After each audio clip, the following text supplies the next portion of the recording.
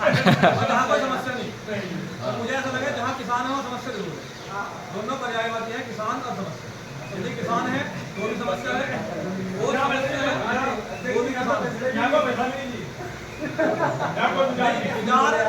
जिनके बिहानी हो बिजारी बने फिर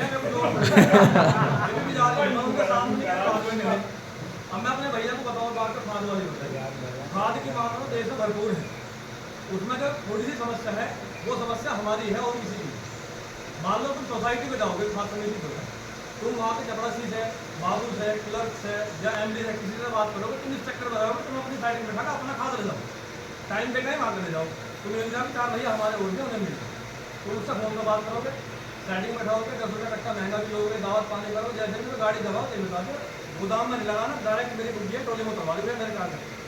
एक तो कमी हम में सबसे बड़ी हो, हम करें सेटिंग, हम रास्ता ढूंढना दूसरा, ठीक है, दूसरा रास्ता मिल जाओ छोड़ कर। मान लो हमें कोई दाखिल खारिज करवाना तहसील में जाकर 35 दिन का समय हम इस चक्कर में रहे 2-5 हज़ार रुपये देंगे दाखिल खारिज हाथों हाथी हो, तो दूसरे रास्ते में खाद मिलेगा, डंके की चोट मिलेगा। हमने ऐसा करके देख रखा कि खाद की गाड़ी जा पड़ी किसी और समिति में, और 20 आदमी जाकर गाँव के क्षेत्र के उस समिति में पहुँच गया, उन्होंने हंगामा कर दिया, वो गाड़ी वहाँ नहीं गई, कागज तो बन के नारे दूसरी समिति के, वो गाड़ी पहले वहाँ ही, पर उसमें संघर्ष करना पड़ेगा क्षेत्र के आदमियों को जहाँ वो सोसाइटी है, उस गाँव के जो गाँव वहाँ जुड़े। दूसरी बात,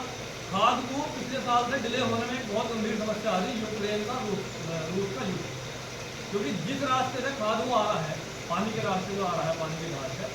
वहाँ युद्ध की स्थिति बनी, लगातार युद्ध चल रहा था, दूसरे रास्ते में धमाका हो जाएगा जिसमें 1.5-2 महीने फालतू लगता, और उसका लोड सरकार को बढ़ा, क्योंकि जब वो घूमकर 500-700 हज़ार किलोमीटर दूर का सरकार का खर्चा बढ़ा उसका, दूसरे देश में निकल गया तो उसका जो टैक्स बढ़ गया उसका, पर सरकार हमसे नहीं ले रही, सरकार खुद से अपना आप ग्रहण कर दी, उसकी एवज में सरकार ने एनपीए के पिक्चर का पैसे बढ़ा दिए, क्योंकि एनपीए हम कम यूज करें, डाई यूरिया ज़्यादा यूज करें, हालांकि यूरिया बहुत ज़्यादा नुकसानदायक, तो थोड़ा सा जो एक इसमें झोल है, पर संघर्ष करेंगे तो यूरिया मिलेगा, डाई मिलेगी, सब। एक ट्रेन दौड़ करा रखा लोगों ने, समिति वालों ने, उन पर दबाव कुछ नहीं, उन्हें टारगेट दे रखा कि तुम्हें 1 महीने में कितनी गाड़ी यूरिया की या डाई की, उसके साथ में कितनी दवाई या कोई और लिक्विड में यूरिया या एनपीके ये चीज़ तुम्हें लिक्विड में किसान को देनी जरूरी, शासन के पैसा आदेश नहीं है, कंपनी में टारगेट है, वे क्या करेंगे टारगेट से यूरिया किलो 2 लिक्विड के डाई को ले लेंगे, हम चुपचाप ले लेंगे, नूने करेंगे हाँ मुझे हम वहाँ से लेकर आएंगे, गाँव में बैठ के ताश खेलेंगे, वहाँ चर्चा करेंगे, वहाँ बुराई करेंगे कि उसने ऐसा कर दिया वैसे कर दिया, उसके सामने कुछ नहीं कहेंगे। एक सबसे बड़ी गंभीर समस्या ये। तीसरी समस्या, हमारे गाँव में है जो गन्ना क्रय केंद्र हो, जो सेंटर हो, वहाँ पे टोल बाबू 2%, 4%, 5% खूब गन्ना मारे, और गन्ना मरवाने वाले भी वहाँ बैठते तो गन्ना की चुनाई करवाने और गला हो खरीद फरोख्त करवाने, वे करवाना और कोई नहीं करवाना, हमारे भैया ही है, वो सब जगह है, वो सब जगह है, जहाँ जहाँ गन्ने की बैच है, जहाँ गन्ने की बैच है, वहाँ सब माफिया हर जगह है, और हर तरह के माफिया हैं, आलू वाला आलू के माफिया हैं, मिर्च वाले मिर्च के माफिया, हमारे गन्ने वाले में गन्ने के माफिया वे हैं हमारे भैया। हम उनकी चर्चा आप इसमें करेंगे तो अधिकारी कोई आगे तो उसके सामने कह देंगे, क्योंकि हमें खतरा है इस तरह का जो भाई भीम हो गया, गन्ना खरीदा 2-4 रुपये का, फिर हम क्या कर रहे हैं, कुछ नहीं करने का, और चोर के ज़्यादा जिम्मेदार हुए नहीं। और रही बात, गन्ना नीति में कहीं नहीं लिखा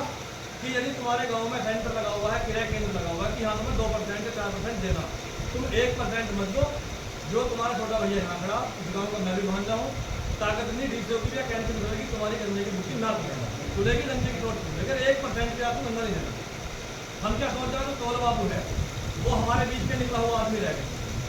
क्योंकि जो गन्ना घट रहा वो इसका घट रहा, गन्ना उसका नहीं घट रहा, वो गन्ना फैक्ट्री का घट रहा, फैक्ट्री उसका पूरी रियायत देकर चले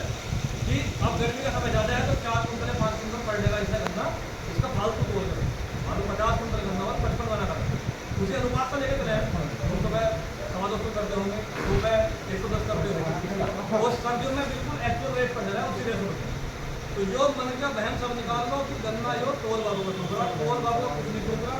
गन्ना सूख रहा फैक्ट्री का सूख रहा। गन्ने को सेंटर से लेकर फैक्ट्री तक पहुँचाने की जिम्मेदारी ट्रांसपोर्टर की है, गन्ना घटता बढ़ता है तो ट्रांसपोर्टर जिम्मेदार है, तो ये भ्रम हमने पाल रखा था। तीसरी बात, जो गन्ना समिति हमारे क्षेत्रों में बनी हुई है, एक तो होगी समिति खाद समिति, और बहुउद्देश्य साधन सहकारी समिति होगी। बहुत सारी चीज़ें वहाँ मिलजुल कर हो जाए। 2-3 साल में सरसों का तेल, आंवला तेल सब चीज़ मिलजुल हो जाए, क्योंकि वो बहुत सारे उद्देश्यों को पूरे करने के लिए चलाई गई। तीसरी बात है जो गन्ना समिति है। अब से 4 साल पहले हमारे प्रदेश के जो मुखिया है योगी आदित्यनाथ जी, उन्होंने सभी किसानों को जो जिस गन्ना समिति के खेत में आ रहा है उसमें हिस्सा प्रमाण पत्र देने के लिए वादा करा। हिस्सा प्रमाण पत्र बने, किसानों को बटे, पर उन लोगों को बटे जो मंत्री जी के खास हैं, जो विधायक जी के खास हैं, जो प्रमुख के खास हैं, या समिति के सचिव के दलाल हैं, बॉन्ड बनवाने, रुकवाने, बंद करवाने, चलवाने, इस काम में वे उन्हें मिले। उसमें क्या लिखा हुआ है हिस्सा प्रमाण पत्र में, जैसे हम वहाँ पैसे निकाल रहे हैं या लेन देन जो भी चल रहा है, तो वह थोड़े थोड़े पैसे बचते रहे, कुछ पैसे वहाँ जमा भी करवाए जाए, हिस्सा वहाँ आदमी हिस्सेदारी निभाए, आदमी खाता खुलवा रहे, तो वो आज बहुत मोटे रकम के तौर पर समिति में उसकी एफडी हुई है। जो मवाना समिति है 17-18 करोड़ की एफडी है समिति। पैसा किसका है? किसानों का। ब्याज कौन दे रहा है? समिति। ना तो वहाँ पानी पीने को कोई पानी का नल है, ना वहाँ कोई बाथरूम करने के लिए शौचालय, कोई किसी तरह कोई सुविधा नहीं है। किसान को बाहर बैठने के लिए बेंच भी नहीं है। बेंच नहीं है, किसान कोले पाखे लगते पंजाब दीवारों पर सभी पर गुलाब में बैठे बैठ डाल, हम तुम भूखी वैसा ले आए, कोई तो ले आए, उसकी पर बैठ गई, बाकी बैठने के लिए कोई व्यवस्था है ही नहीं। सर्दी हुई 3 साइड कुछ नहीं हुआ किसान में, अंदर केबिन है और एसी पंखे चल रहे हैं। ब्याज का पैसा किसानों का, पर हमें शायद यहाँ 2-4 को थोड़ा किसी को पता भी ना हो कि हिस्सा प्रमाण पत्र भी मिला है। जब मिल भी रहे तो अपनी समिति पर जाओ, जहाँ भी तुम्हारी समिति मांगना है या कोई और भाई हिस्सा प्रमाण पत्र दो, कहाँ है, नहीं देना तो मैं अपना फ़ोन नंबर देकर जाऊँगा, बिल्कुल बेझिझक फ़ोन करो। और यदि मेरा फ़ोन भी ना मिले, 1% ऐसा कि ना मिले फ़ोन, फ़ोन 24 घंटे खुला जाएगा, नहीं पाया तो घंटा आधा घंटा वापस